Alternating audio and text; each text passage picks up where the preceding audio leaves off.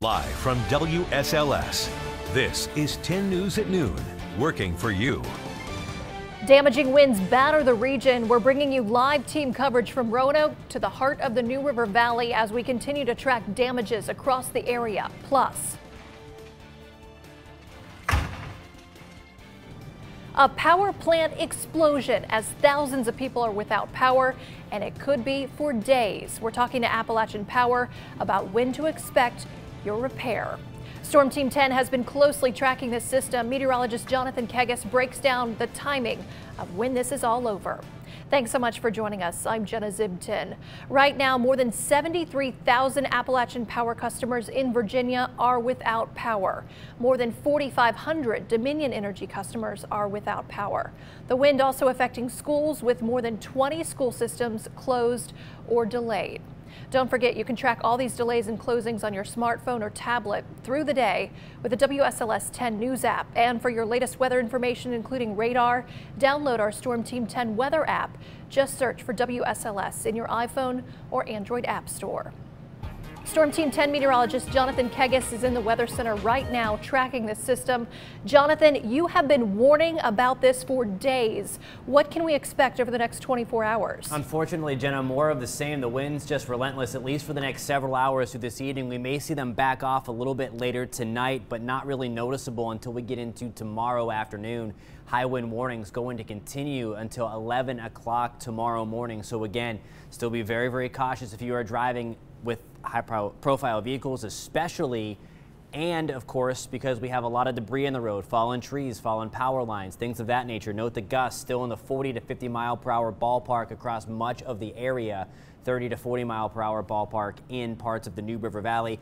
All because of this, again, big nor'easter now really taking shape off the eastern coast of the United States.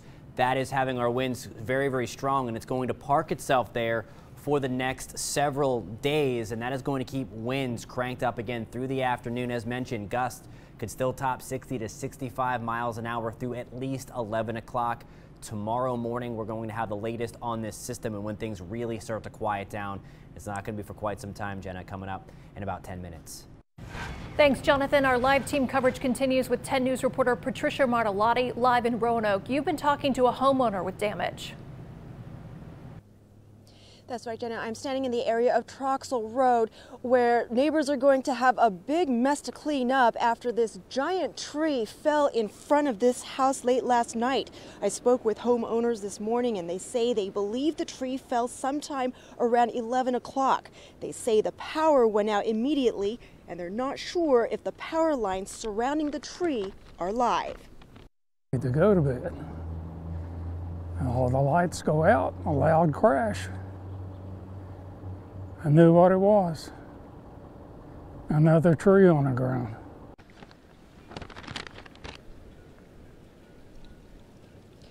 John says this isn't the first time he's experienced a tree fall down in front of his yard. He and his wife say they're doing okay, but they'll most likely check into a hotel until power's restored. Reporting live in Roanoke, Patricia Martellotti, 10 News, working for you. Thanks, Patricia. Storm damage can also be seen in Blacksburg, and that's where 10 News reporter Rachel Lucas is live. Trees, power lines, and a building all coming down there, Rachel. That's right. I talked to the family here at the Seville farm in Blacksburg. They saw a lot of wind damage that really did some damage here in their farm. So you can see here behind me, this massive tree was just uprooted last night. You can see just how old this tree was, how deep the roots were, and it just ripped it up like it was nothing. They said they were actually checking on a building next door where a roof had been blown off one of their sheds when they heard this tree blow over. Their dog was actually in his doghouse, Copper, when the tree fell over. Luckily, he was unharmed. They tell me that he was so scared, though, that they had to get him out of his doghouse. Luckily, he is okay, but shaken up. Needless to say, he stayed indoors last night, but this is just a piece of the damage that they have seen here today. So they've got a lot of work ahead of them. They've got shingles taken off the roof of their home. Just there's more like this all across the farm, so it's certainly a hassle for them. Luckily, they do have power here in their home, but their barn buildings are without power. We did see some power lines that were taken out as well. And coming up in about 15 minutes in the show, I'll show you some more of that damage. Luckily, everyone here is safe. Live in Blacksburg, I'm Rachel Lucas, 10 News, working for you. Glad there were no injuries. Thanks, Rachel. The frontage road at Ordway Drive is closed as a sign is leaning due to the unforgiving winds. Take a look at this. Crews in Roanoke are worried about this Exxon sign. You can see it leaning as crews are keeping a close eye on this.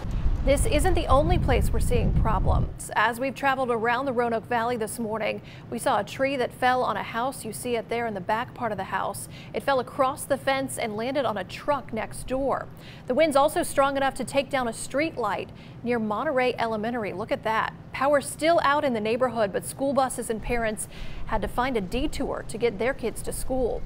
In parts of the valley, there is a lot of minor damage to homes, things like siding being blown off and shingles flapping in the wind. If you have damage or are looking to hire someone, maintenance manager Nancy Blevins says talk to your friends and neighbors and get references first. Use your reputable people and make sure you get good references, because talk to your neighbors, because I have found that people who can get a shoddy job.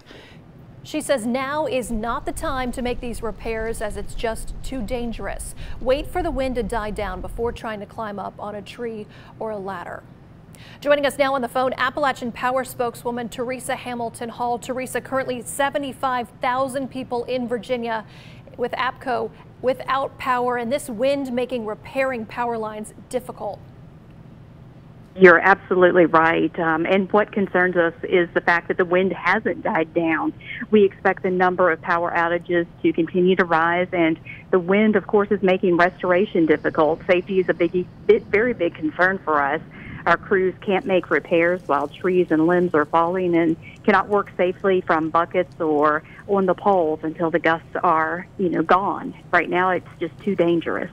So earlier this morning, when there were about 30,000 outages, you said it would just take a few days to get everyone's power back on. We're now looking at 75,000 people without power. So what does this mean for the timeline? Well, it's really hard to say at this point, but it could take several days still. We do have assessors who are out there, and until they can provide us a clearer picture about the amount of damage caused by the storm, and until the storm passes, we won't really be able to provide any restoration estimates with any type of degree of accuracy. Is it possible it could take a week or more? I wouldn't think so. We have our team that's out there, our company employees, our contract workers, and we also have additional employees who are coming from American Electric Power. They're going to be coming in from Kentucky and Ohio. So that team is on their way. So we're bringing in additional resources. Live power lines, a big concern right now. What should people do if they see power lines down? If you see a power line down, do not go near it. Always have in the back of your mind that that line could be energized. Don't go near it. Call 911. Okay, Teresa Hamilton Hall from APCO. Currently 75,000 people without power, and those numbers expected to rise. Thanks, Teresa. We have an update to a story we first told you about last night. After these explosions and sparks at a substation power plant in Botetourt County, APCO tells us this all happened because of a tree. What you're seeing right now, down power lines and the transformer sparking. We're told the transformer was damaged beyond repair and a temporary one will be installed on site today. Meanwhile, in Lynchburg, more than 5,000 people are without power. Lynchburg school buses had to look for new ways to get students to school because of this. A tree and 2 power lines falling because of heavy wind gusts. Tree limbs could be seen scattered all over Langhorne Road. Lynchburg police posted road closed signs. A Henry County man is without a car right now after the wind blew a tree down in his car as he was driving to work. It happened in the 5,000 block of Figsboro Road.